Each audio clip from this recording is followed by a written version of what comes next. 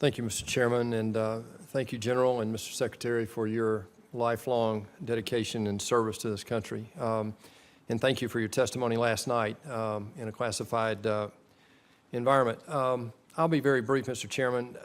I agree with Senator Markey. I've done business in China, and if it was consistent with their strategic initiatives and objectives, I believe they could police this. But let me just, you've touched on several of these proliferation questions already, so I won't belabor the point.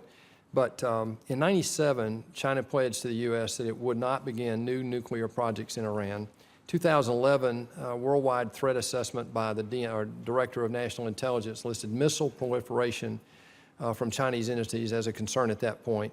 Again, in 2011, the same threat assessment said, quote, North Korea and entities in Russia and China continue to sell technologies and components in the Middle East, South Asia that are dual use and could support WMD and missile programs. The 2015 statement did not include similar language. General, could you just give us, again, just a highlight of your perception now, your assessment on the current proliferation activity in the region that China is initiating between Iran specifically and North Korea? Senator, that's just not an area that falls under the purview of what we deal with. I think the issues in terms of Chinese activities in other parts of the world is more properly falls under the State Department and the intelligence community. Thank you. Mr. Secretary. I guess that's me. First, to be clear, the 1997 agreement was about official Chinese government support to activities, research and development activities, and construction of facilities in Iran that could have contributed to a nuclear weapons program in Iran. In keeping with the terms of its pledge in 1997, China terminated those activities. The separate question of whether every entity, every crooked businessman in China has stopped attempting to sell dual-use materials to Iran and North Korea is a very different question. And I agree that it requires both additional resources and additional political will in China in order to put a stop to such activities. But it's a separate question from direct Chinese government assistance to a nuclear research program in Iran. In this deal, do you think that we could influence them to change their ability to detect that? I understand it takes investment, but isn't that really the question behind what we're trying to do here? It's either they're going to do business with us and proliferate, or they'll do business with someone else and proliferate. And so engagement is the higher objective here. I get that.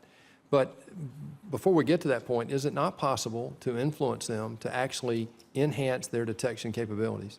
Well, that's an extraordinarily important question, Senator. And just let me give you one vignette. The Department of Energy and NNSA has had an export control outreach program that relies upon the 123 agreement and the PUNT framework that I mentioned earlier. And it's been working since 2007 in China to train over 100 government officials each year from 6 different Chinese agencies that have various role to play in export control and internal compliance responsibilities. We've also trained dozens of additional industry personnel on subjects of export control, internal compliance and best practices, and provided that this successor 123 agreement comes into force, we expect to expand significantly the number of industry officials that are engaged in the train-the-trainer approach to drive home that non-diversion to peaceful and military purposes as outlined under the 123 agreement are issues that the Chinese have to focus on. So again, if we're going to engage, if we're going to continue the journey of bringing the Chinese more into what we consider to be the international norm and standard related to non-proliferation, related to nuclear security, and related to nuclear safety standards, it involves us interacting with them at the level, from the Department of Energy's perspective, at the level of the technicians and the plant managers and the scientists that actually have to carry out this work. We can't do that unless we have the legal framework that allows us to engage in those types of discussions. I understand, and I have supported engagement over the last 30 years personally, and I think I agree with you technically that that's a better way to go if, in fact, we can influence through that engagement. Specifically on a CAP 1400 reactor, this is one that the Chinese might reverse engineer off of one of our reactors. And is there any way to police that? Would we consider that a U.S. design, even though it was, let's just say, reverse engineered off of our design? And would that come under the restrictions that we have on our products?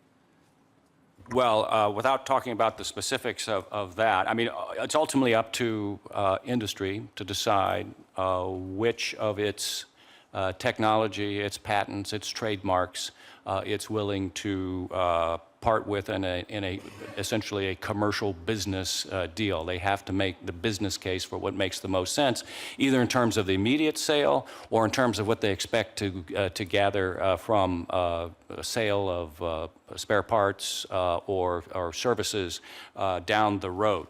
What happens at the U.S. government level is all of those requests to transfer a particular type of technology, a component, a material, know-how, has to go through the Department of Energy. We consult with the rest of government to, again, eyes wide open, try to understand what the implications of that are from our national security non-proliferation perspectives before that goes forward.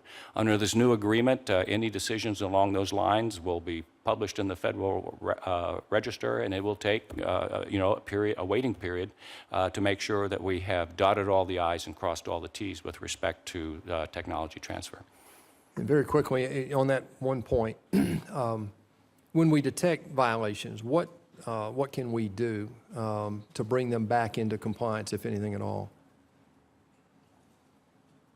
Well, within the terms of this new framework agreement, we have the right to raise that. Either party has the right to raise it with the other party and to ultimately suspend the agreement if they're not satisfied with the response. Thank you, Mr. Chairman.